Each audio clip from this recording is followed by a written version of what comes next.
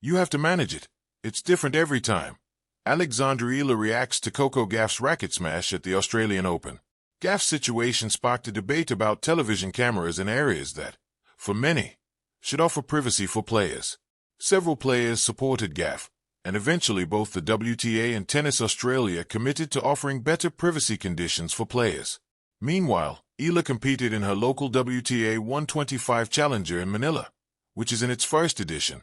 The 20-year-old has made history as the best Filipino tennis player ever, and the Filipino public has closely followed Eala's success, giving greater attention to tennis in her country. Eala's path reached the quarterfinals, recording wins over Chariva, 6-1, 6-2, and Sakitsum, 6-4, 6-0. Two players outside the top 140 who could not pose a challenge to the world number 49. However, she was eliminated by former number 33 Camila Osorio in straight sets, saying goodbye to the tournament's first edition.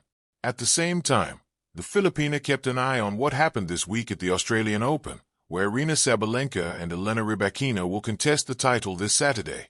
In a press conference, she addressed the Gaff episode, who had been her doubles partner at the 2025 Italian Open, advancing to the quarterfinals before falling to eventual champions Sairani and Jasmine Paolini. In the press conference, Eala was asked how she deals with emotions after a defeat. "It's not always the same for each loss, the way I cope," the 20-year-old player said. "I think part of this journey is learning to be self-aware in terms of knowing what I need to do to step back and regroup, because in tennis you lose a lot and some losses are going to be more difficult than others. It's something you have to manage. It's tough, and it's different in every situation for me. I don't really have one specific thing that I do all the time. It's just very different with each loss. Certain aspects of my game just didn't show up today." The Filipinas said goodbye to the Manila Open in the quarterfinals, but still collected some points that will allow her to reach her best ranking in the next update after the Australian Open, moving to world number 45. Eala faced a complicated rival like Osorio, in a match that ended 6-4, 6-4. She was far from her usual level, winning just 48% of her service points and committing a total of 5 double faults. "I think, of course, there were certain aspects of my game that just didn't show up today," explained the Filipina. "There were certain things I could have done better, but it doesn't have to be a big deal." The former U.S. Open junior champion still took positive lessons from a week in which she again collected wins, which also served as preparation for the Middle East swing, with Abu Dhabi and the WTA 1000 Doha and Dubai qualifying rounds as objectives. "I think I have some good things to take away as well from this week in general. We take it in our stride and move on. I just do my best to learn from what I can from this match." Eala was also pleased with the support of the crowd on this occasion, playing a professional tournament in her home country for the first time. "It's so nice to feel the support, especially during a loss or during the tough moments in the match," Eala said. "I think it really cushions the blow. Playing in front of crowds like this that are passionate and that support you is a double-sided sword.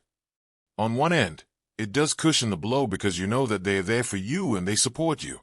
On the other hand, it hurts a little more and it's a little harder to accept because you want to do the best for them. I think I gave it my all today and there were no regrets, so I'm happy about that." Women's tennis has been overlooked for a long time. The Manila Open was only in its first edition, a clear sign of the growth of tennis in the Philippines, which has increased in popularity largely thanks to Eala. She has become one of the most requested players by fans on tour and a true sensation in the Philippines, which already has a second edition of WTA 125 Manila confirmed.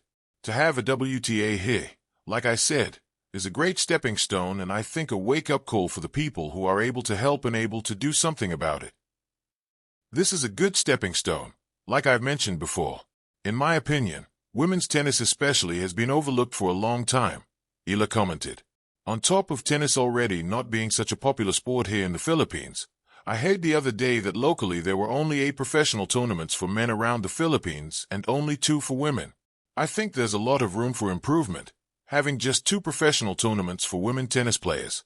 There's a huge margin for improvement there. Filipinos are super hardworking and super passionate, so I'm sure if we nourish our tennis players, then slowly we can start to build more and more champions. Alexandra Eala reacts to Coco Gauff's racket smash at the Australian Open. There are moments in sports that transcend points, trophies, or rankings, moments that crystallized the human experience of competition. Coco Gauff's racket smash at the 2026 Australian Open was one such moment, a raw, visceral emotional release that rippled far beyond the confines of Rod Laver Arena and sparked a wider debate about emotion, media, and personal boundaries in professional sport. And in the wake of that viral clip, emerging star Alexandra Eala, herself navigating life on the tour, offered a reaction that reflects the complex, unpredictable nature of elite competition. You have to manage it. It's different every time. The incident, Gaff's frustration goes public. At this year's Australian Open, world number 3 Coco Gauff suffered a heavy quarterfinal defeat to Elina Svitolina, losing 6-1, 6-2 in just under an hour. Frustrated by a performance that saw a slew of unforced errors and a lackluster serve, Gaff walked off court and sought a quiet moment to process her feelings. She found what she believed to be a private spot backstage, only for television cameras to catch her smashing her racket against the concrete floor. The moment was broadcast and quickly circulated online, provoking a mixture of public reactions. Some saw only a moment of frustration. Others questioned the boundary between an athlete's emotional privacy and the media's appetite for dramatic content. Importantly, Gaff herself responded critically, saying she had tried to escape cameras and that players deserve spaces off-court where they can deal with emotions without being filmed and judged. Attention on privacy and athlete experience. The incident sparked widespread commentary from players and commentators alike.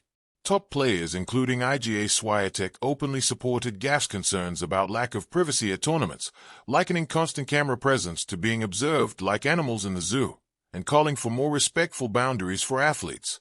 Meanwhile, icons such as Serena Williams publicly backed Gaff's intensity and passion, reassuring her that emotional investment is part of what makes great competitors. Williams' support offered a reminder that emotional responses, even those captured in imperfect moments, do not diminish an athlete's grace or determination. Alexandra Eala's perspective, a young player's reflection,